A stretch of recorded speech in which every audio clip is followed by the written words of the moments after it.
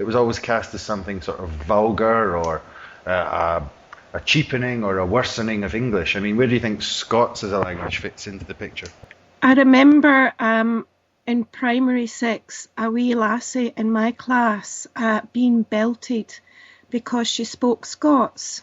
And she told the teacher that her pal wasn't coming into school that day because he had a pungent finger.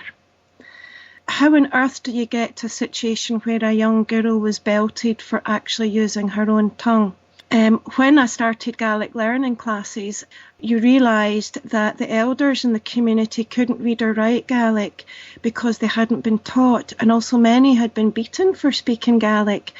So you again had this connection of real violence against our own tongues, and we live in a multi-voice Scotland now, and the relationships between Gaelic and Scots are so interwoven. You know, the word smashing comes from Gaelic, smashing, that is good, smashing.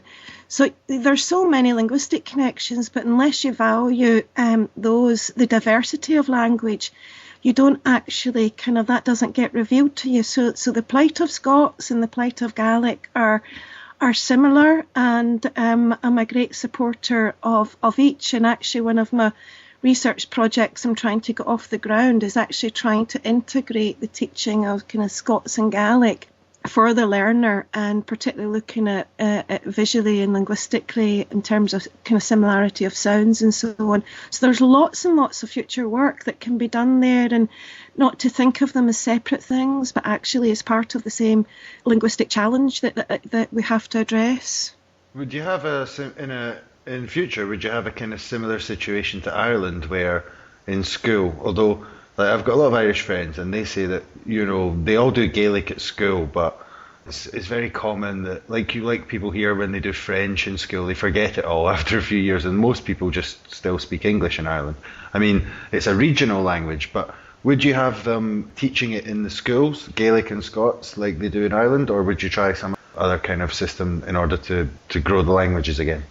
Oh, I'd completely revolutionise linguistic policy. I mean, if you look at, I would have us teaching it in schools, but without an economic policy that helps parents actively learn and take time off work alongside their children, without proper investment in secondary school so that it becomes cool to maintain that language beyond primary school, and then for that cool Gaelic kid to actually be able to speak the language outside the school in a social context, and to also hear it having power, to see the language, for it to be visible.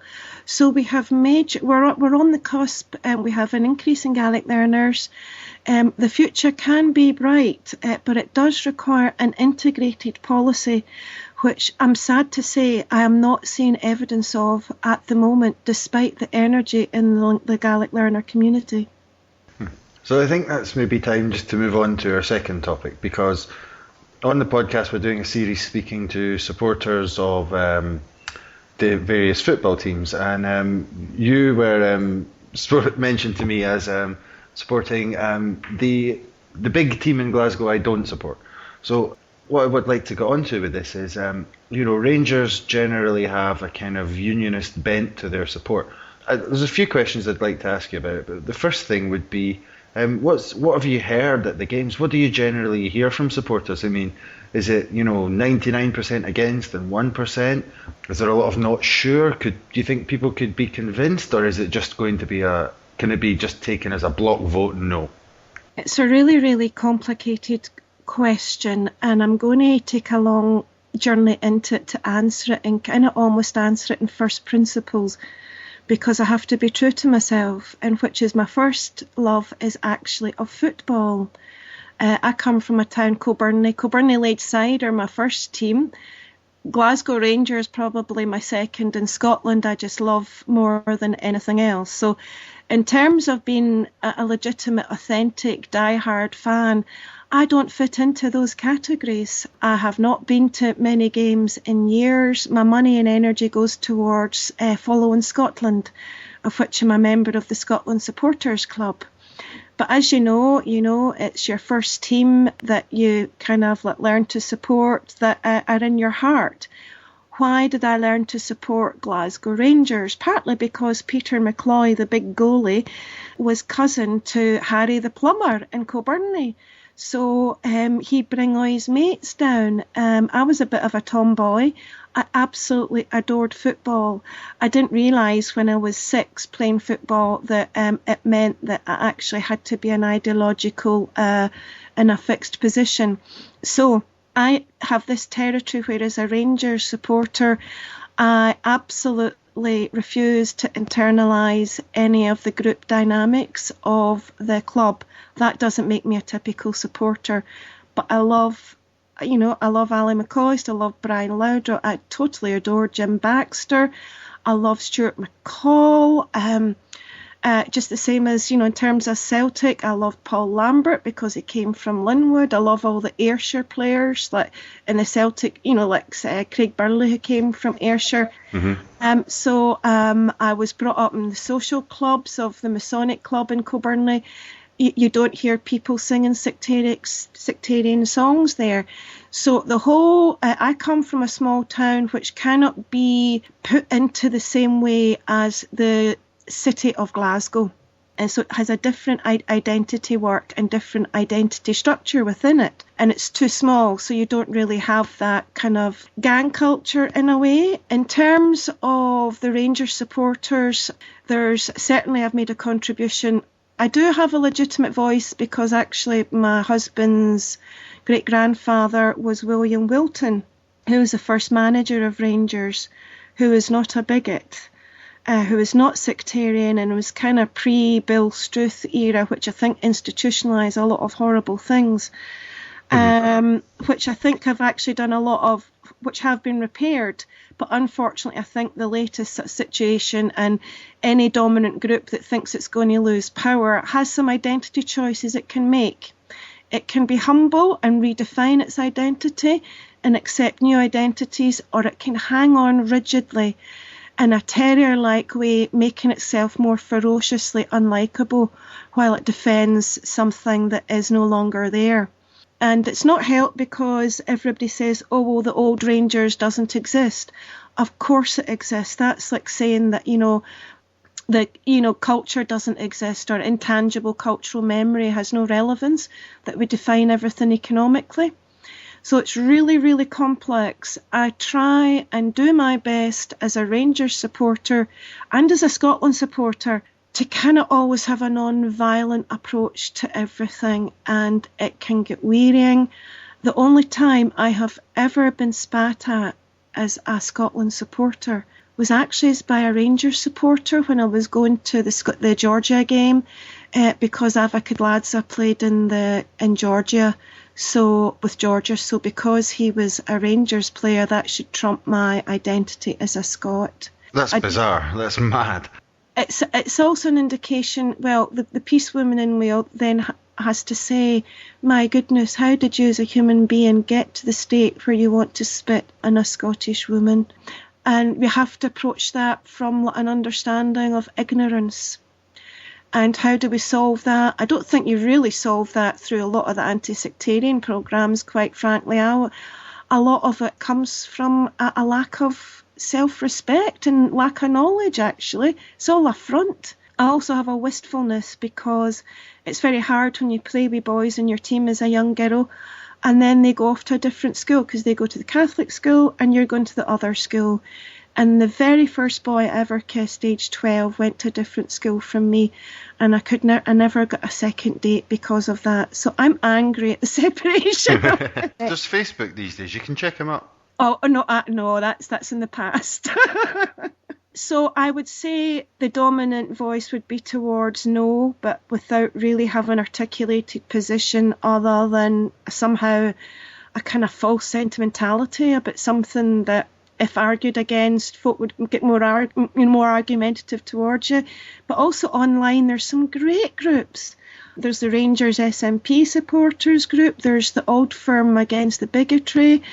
There's lots of anti-sectarian groups where these things are now becoming more and more discussed. And people just want it. So it's like what would be a very healthy psychological thing happening, which is different groups reshaping their identity. You know, when I did the Walk for Walter fundraising for prostate cancer, I did and Walter Smith was somebody I did a lot of respect for. It was my Celtic supporting friend who actually raised most of the money for me at his work. So there are realities beyond the blackly painted picture, you know, to a degree as well. And I'd much rather folks spent more time addressing poverty and inequality and lack of kind of Scottish history and critical questioning of that history in schools, you know, which would lead to greater understanding. For instance, if a Rangers supporter singing sectarian songs talks about Fenian without actually knowing any of the beautiful stories of the Fianna and the Fianna women, or, you know, I've stood in the, you know, next to the kind of holy well of the Fianna women on the island of Egg, you know, just shortly after the Islanders had bought it. Mm-hmm. It's very sad that people, so if you know Scots and you know Gaelic, you're beyond sectarianism by looking at language there. I understand that you don't identify with that kind of group culture, and there are some groups, but do you think like a lot of the Rangers fans, even though I think you hinted at it without saying it explicitly, that the club that's in trouble is reacting quite aggressively in a certain way to what's going on, but do you think there's space there to convince a lot of the support, or do you think a lot of it's going to be no because that's the perceived culture, if you like? At the moment, I see a siege mentality and not very many openings with regards to that. I was heartily encouraged when I heard Richard Gough on the radio, because very much I was in accord with him that I found the boycott of the Dundee United game utterly, utterly shameful. And of course, when you have a kind of like Green playing to the group mentality, that's just going to reinforce that. I got my PhD at Dundee. I love Dundee as a city. The idea that, you know, there was horrible feelings being projected onto that, and that supporters couldn't rise above that, nor really realise and recognise the damage that, you know, that Rangers had done, or how damaging that is. What kind of image do you actually want to project, you know? And so I'm a bit disturbed by the group dynamics at the moment. I'd quite like to be writer in residence at Ibrox, might be able to try and change a few things there. Well, I don't think Jim Trainor's up for a change. The original founders of Glasgow Rangers, the McNeil brothers, I found this utterly hilarious and weird, because the first time they learned to play football was actually when their dad was gardener. And their dad was gardener at this house, which is now located within Faslane Nuclear Base. Isn't that funny? Just on one last topic there with Rangers in Scotland. I've always been a Celtic and Scotland supporter. I've always gone to the Scotland games, and when you speak to a lot of Celtic supporters, there's a feeling that persists, although I think it's a more historical feeling, that it comes from the 50s and 60s when Celtic had selection issues. You know, someone like Jimmy Johnston, who never got a game really for Scotland, very, very few caps, and Celtic fans will tell you countless stories about how they went to a Scotland game and they got abused for being Celtic fans, or the Celtic players that were playing for Scotland got booed. But for my generation, I've just never noticed this. I think it's past. I think it did exist in the past, and it's gone now. That Scotland and Rangers kind of went more hand in hand. Now when you go to Scotland games, and if you go all the time, you'll know, it's all fans of like Queen's Park and Partick Thistle and the smaller clubs, Stirling Albion, and there's not this kind of Celtic Rangers thing about it. But I still think that a lot of Celtic fans still have a distaste for the Scottish national team for historical grievances that probably were true to some extent. But do you think Rangers fans now kind of have a modern grievance with the Scotland team? And you described the horrible story earlier on. I mean, what's the position you kind of get with Rangers fans going to support Scotland? There are not that many Rangers fans on the Edinburgh Tartan Army bus, which I go on regularly. Obviously, because I'm East Coast, I won't meet so many, but even at the games, we're in a minority very much. I think that the grievances are being projected onto the Scotland national team, and even more angrily than they were in the past. So I'm very, very disappointed when I hear Rangers fans actually being very aggressive